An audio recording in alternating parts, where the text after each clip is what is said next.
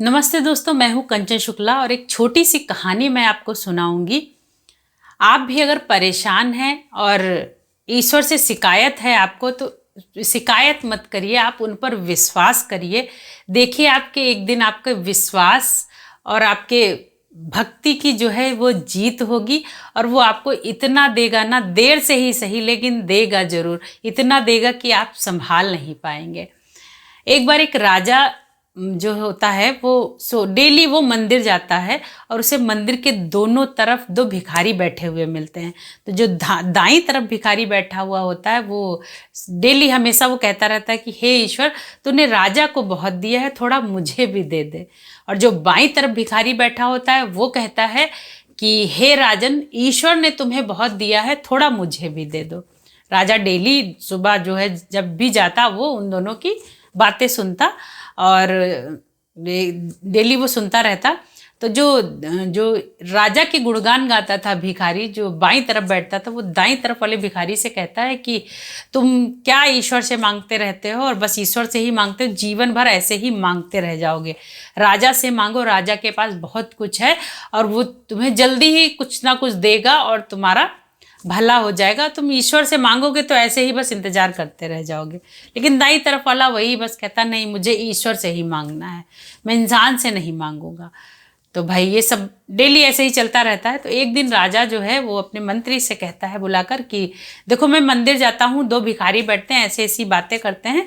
तो जो दाईं तरफ बैठता है वो ईश्वर से मांगता है, तो एक ना एक दिन ईश्वर तो उसे कुछ ना कुछ दे ही देगा। लेकिन जो बाईं तरफ भिखारी बैठता है ना, वो मेरे सहारे है और मुझसे ही मांगता है। तो ऐसा करो, एक बड़े से पात्र में सोने की मोहरे डाल दो नीचे और खीर भर के उसको दे दो जाके, उसका भी वो खा लेगा, परिवार खा लेगा, जो भी होगा उसका, और मोहरे उसको मिल जाएंगी। खीर के नीचे डाल देना। वो कहता है ठीक है।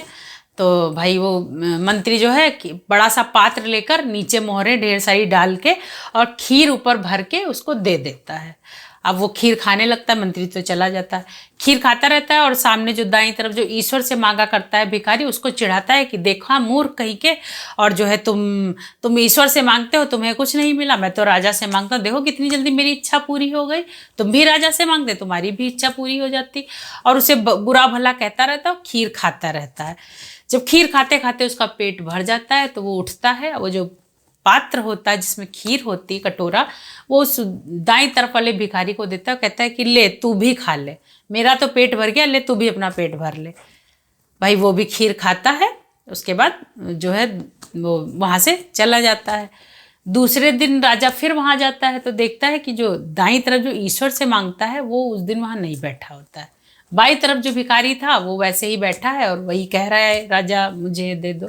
तो राजा उसके पास जाता है और कहता है कि तुम्हें क्या कल खीर का पात्र नहीं मिला था, कटोरा नहीं मिला था? तो कहता नहीं मिला था, खीर बहुत स्वादिष्ट थी, बहुत अच्छी थी और मैंने तो पेट भर के खाया। तो बोले फिर?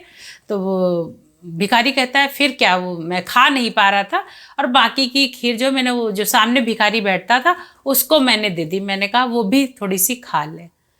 राजा वहीं पर चुपचाप खड़ा हो जाता है और अपने मन में सोचता है कि ईश्वर जिसको देना चाहता है ना कोई तरीका निकाल लेता है।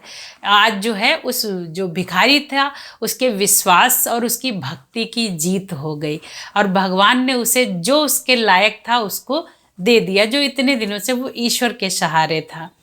तो बस कहानी का आशय यही है कि उन पर विश्वास रखो, देर से देंगे लेकिन देंगे जरूर। इंसान से मांगने की बजाय उससे मांगो, बहुत कुछ देगा वो। बस ऐसे ही कहानियाँ सुनते रहिए, हंसते रहिए, मुस्कुराते रहिए।